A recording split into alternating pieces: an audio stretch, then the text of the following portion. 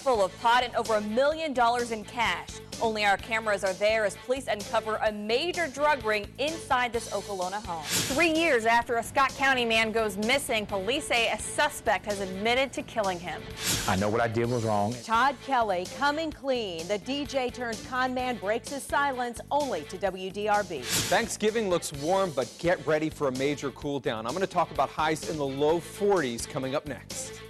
From Louisville, WDRB News at 4 starts now. Thanks for joining us today. I'm Elizabeth Woolsey. And I'm Valerie Chin in for Gilbert Corsi. It's one of the biggest drug busts Louisville police say they've ever seen, and only WDRB was there to watch it unfold. Lindsay Allen shows us what looked like an average Okolona family is charged with running a multi-million-dollar drug ring and working for Mexican drug cartels. A middle-class family living in a middle-class neighborhood, or at least that's what neighbors thought. I've been at their door, to bring toys over for the little girl. So, I never thought nothing about it. Inside this garage, detectives found more than 2,000 pounds of marijuana stuffed into trash bags. In the house, wads of cash totaling more than $1 million. Literally every room we went into revealed another bag or another box full of cash. Detectives had been investigating Ivalia Macias Farias for months and made their move Tuesday night. They stopped the 39-year-old mother on Taylorsville Road for a traffic violation. Inside her car, they found thousands of dollars and loads of pot. From there, police obtained warrants to search her home on Winding River Way and another house nearby. We don't think this is the end destination for this marijuana, so this is just part of an ongoing criminal enterprise. Also arrested the mother's adult son, his girlfriend, and another man.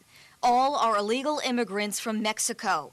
But detectives say these aren't your average drug dealers. Rather, these are people who played a major role in pipelining drugs in from Mexico.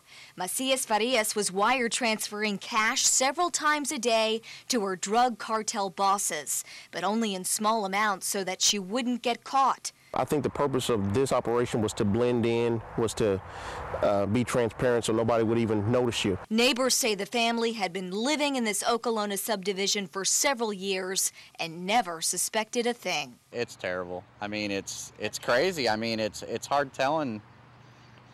Who knows how deep that goes. Involvement in organized crime, major felony, and federal, even possibly federal charges are going to be pending on these individuals. Police seized several cars and guns as well. 2 children, a teenage boy and a toddler, were at their mother's home at the time of the police raid. They were turned over to other family members. Police say more arrests could soon follow. If federal charges are filed, the entire family is likely to be deported. Lindsay Allen, WDRB News. He should have paid his child support, but since he didn't, police went to investigate. As WDRB's Rachel Collier reveals, it led to a murder confession and what likely happened to a man who disappeared 3 years ago. Even though police say the man admitted to killing Paul Grappe, they have not charged him with murder. Cars pass this rickety building every day right off Main Street in Austin, Indiana, but no one ever imagined a body was hidden inside. Police won't say exactly where, but a tip led them to the property yesterday. Besides the fact that he's murdered, but him to be laying there for 3 years, yeah, that's hard to take. It is. 2 blocks from his own house. 50-year-old Paul Grappe went missing 3 Novembers ago. We had no murder weapon, we had no body, we had no first-hand witnesses, no second-hand witnesses to this case. Until Tuesday, information led officials to the building, which is where they discovered a body. Police say Robert Riley lives in the apartment in front of the dilapidated duplex and admitted to everything. Riley confirmed that the remains that were found were that of Paul Grappe and that he had concealed the remains in the apartment. Riley stated that he stabbed Grappe in the back. In 2000, Riley was convicted of reckless homicide and the shooting death of a man. Grappe's brother has strong words for him and anyone else who might be involved. I just hope he never sees the light of day outside the rest of his life. And that right there, if he does get that, he'd be getting off easy. I'd like to see the whole damn bunch hanging by the neck myself. Riley is in jail on unrelated charges and will likely be charged with murder next week, when we also expect a positive identification of the body. Grappe's family says he was killed because Riley owed him money. Whole family's been through hell and back, but we're going to be all right now. As the investigation continues, officials say there could be more arrests. Reporting from Scott County, Indiana, Rachel Collier, WDRB News. A former Louisville DJ who faked a deadly disease to steal thousands of charity dollars is out of prison, and he's breaking his silence only to WDRB. Todd Smith, known as Todd Kelly from his days on the air at WDJX Radio, announced he was stricken with ALS in 2001. He then started the Todd Kelly Foundation, but Smith eventually admitted his lies and pleaded guilty to stealing more than $70,000 in donations from people who thought they were giving money to help find a cure. He's out of prison and talking for the first time only to me. What happened? Tell me where the money went. Why should people trust you after everything that's happened? Here are the answers to those tough questions today at 4:30.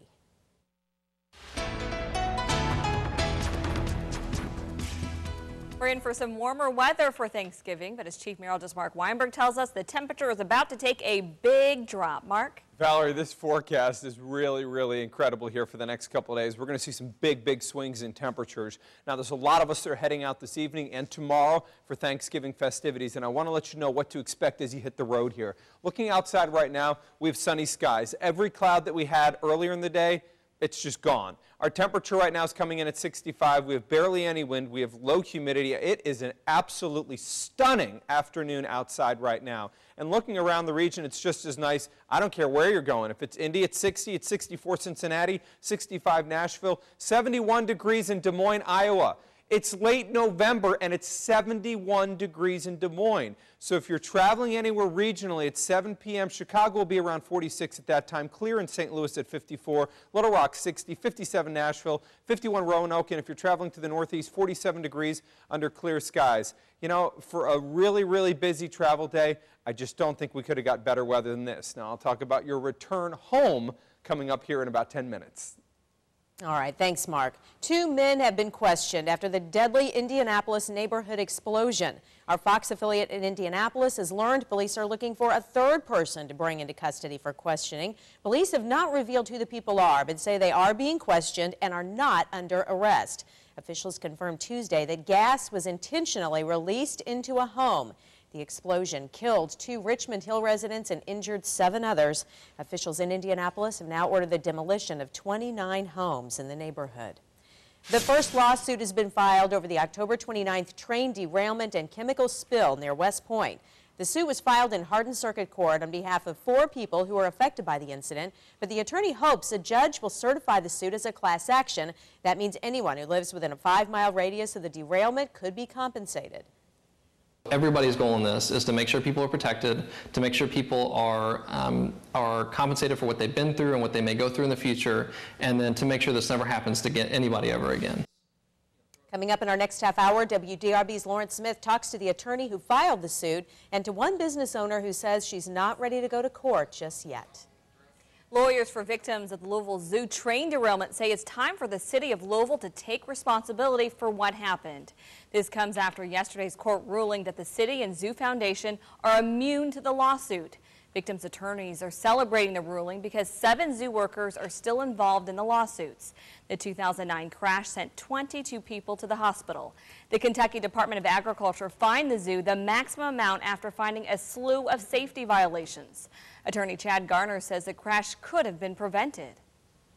There was one button on this train that, upon activation, would engage 64 brake shoes and probably would have brought it to a stop. This driver had no idea what it was there for. The person who passed her on the test to drive the train never made sure she knew that. She was going too fast and she didn't know how to stop it, and there was top-down pressure to keep this train running whatever it took. Metro government paid out more than $525,000 to the victims, which settled 23 of 29 claims. There's one cobbler and gobbler that won't be hitting the Thanksgiving table this year. Instead, these turkeys are getting the White House treatment, and the pampering doesn't stop there. Not really in the mood to put up Christmas decorations yourself? Well, there's some professionals that will do it for you. The power to stay connected 24/7, 365. Twitter, Facebook, mobile, WDRB.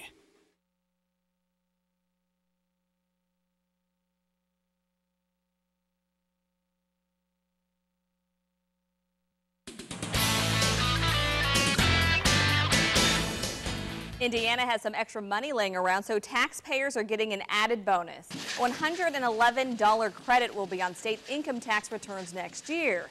Couples filing joint returns will get $222.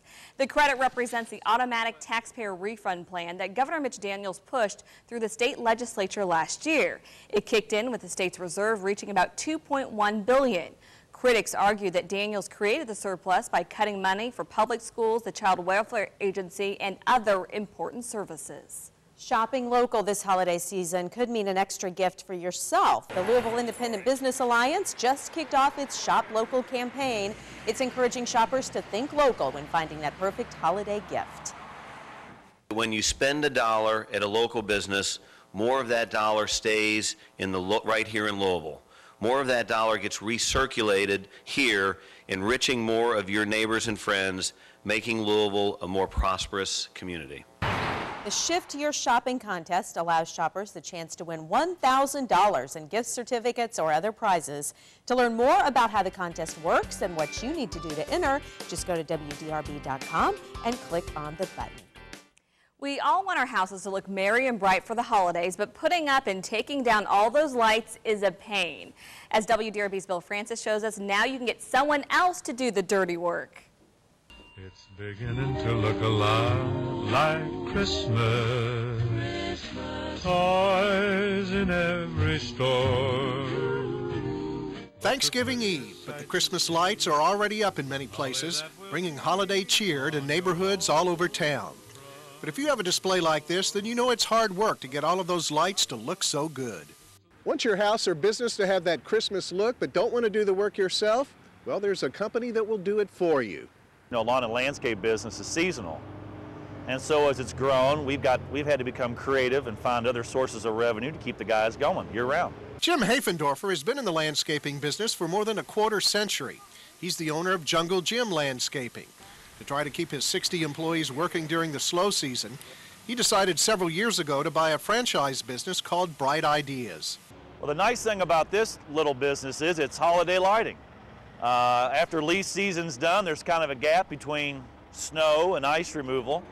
So this is a great filler. Jim's company will install, take down, store, and maintain all of your holiday displays.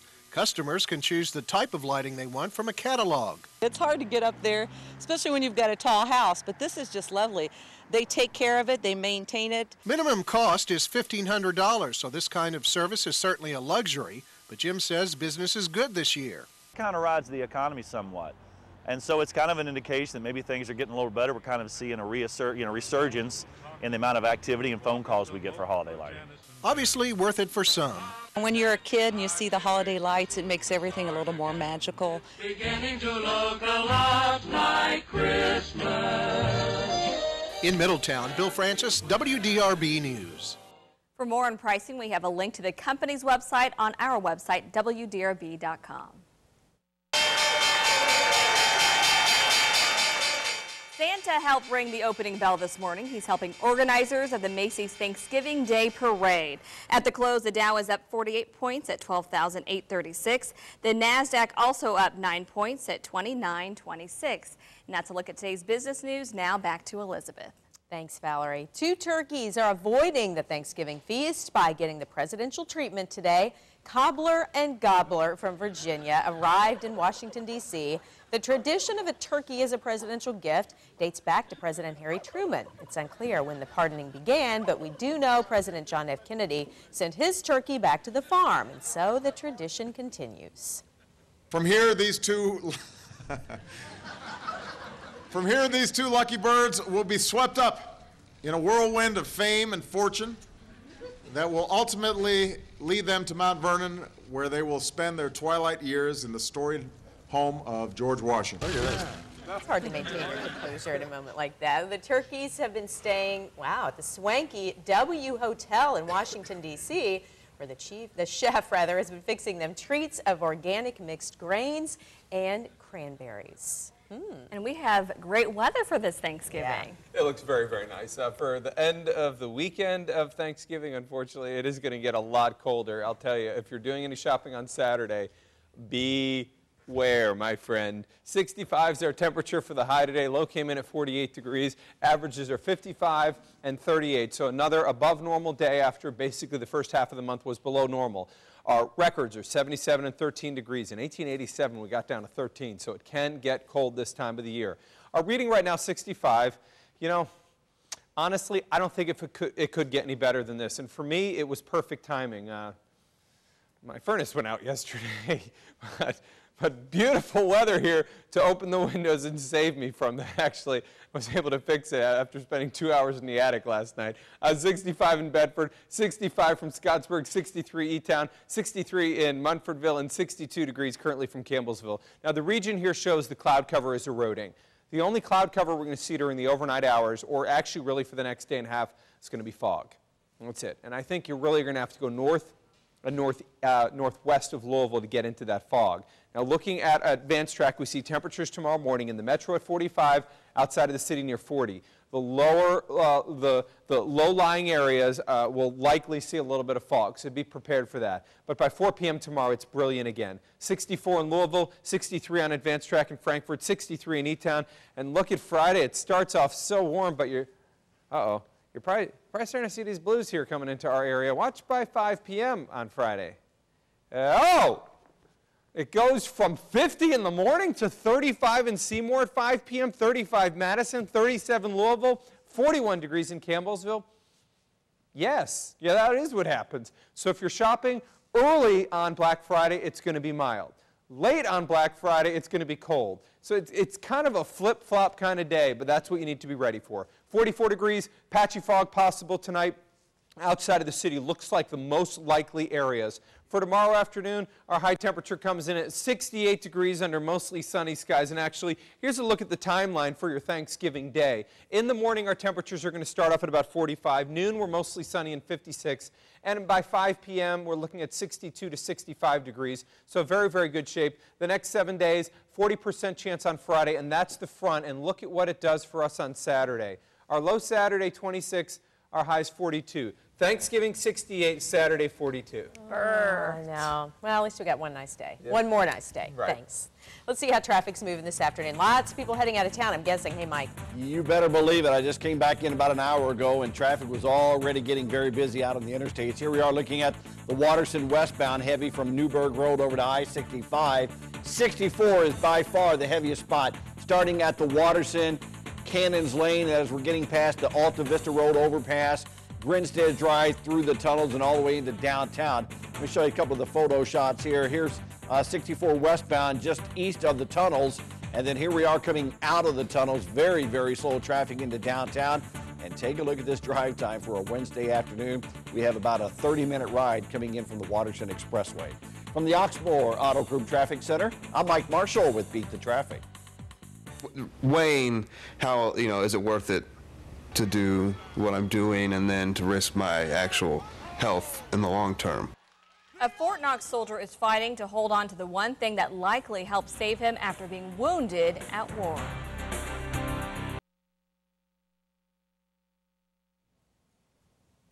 He was a Louisville veteran beat up by war who found a new purpose in the most unusual place. In this WDRB follow-up, Gilbert Coursey revisits Michael Hayes as he enters the battle once again. The last 18 months of my career in OVW have been pretty awesome. The shining world of professional wrestling helped save Michael Hayes' life. Here he's not just a good guy, he's a real-life American hero.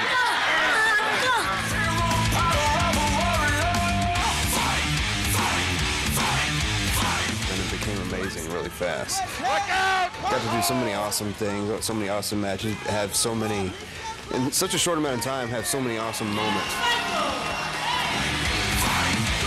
We first met Hayes in May of 2011. The Fort Knox soldier was the only survivor of an IED explosion in Iraq that killed 3 other men. The powerful blast left burns over 40% of Hayes' body and forced doctors to amputate his left leg. Hayes told us wrestling pulled him out of the darkness of post-traumatic stress. That's not so much sadness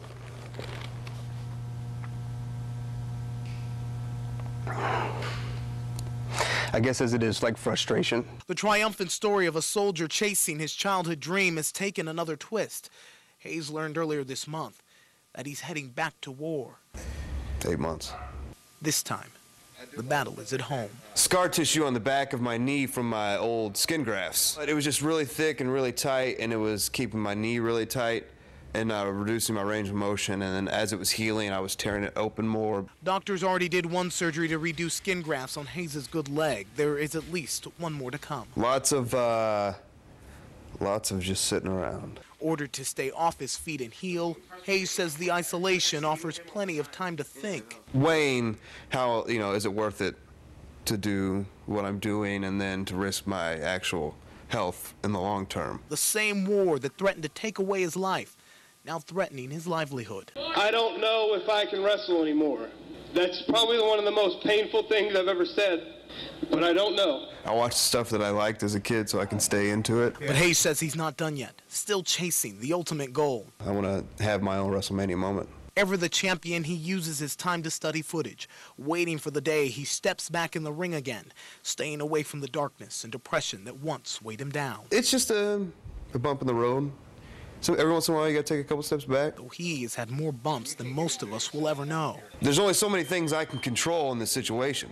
So if I can control those and stay positive, then at some point it'll all work out. Motivation to stand through the battle and win one more fight. He's got a lot of people rooting for him, no doubt about that. Well, Hayes is looking at 8 to 12 months if he's able to step back in the ring again. Thousands of pounds of marijuana and over $1 million in cash. Why neighbors never suspected a massive drug ring linked to Mexican cartels was working next door. I want everyone to know that publicly, I'm saying right now that what I did was wrong. I'm sorry for what happened. You just speak from my heart. For the first time, this former Louisville DJ is talking about why he lied about having a life-threatening disease.